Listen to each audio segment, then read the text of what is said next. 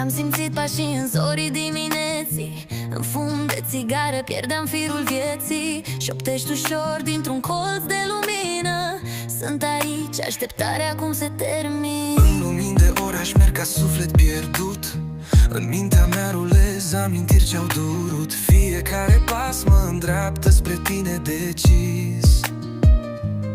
Suntem două suflete ce de mult s-au promis. Uniunea noastră destramă bariere.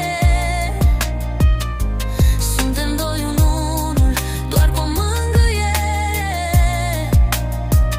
Nu mai este frică, nu dăm înapoi, nu ne vindem timpul, liniștea e în noi.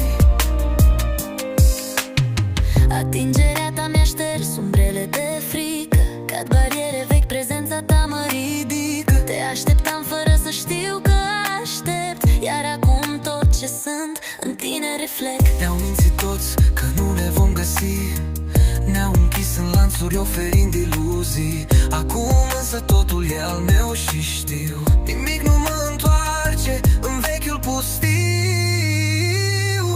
Uniunea noastră destramă bariere. Suntem doi în unul, doar cu o mângâiere. Nu mai este frică, nu dăm înapoi, nu ne vindem timpul, liniștea e în noi. Simt atingerea ta ca un vânt de vară, îmi-a prins gândurile, vocea ta repară.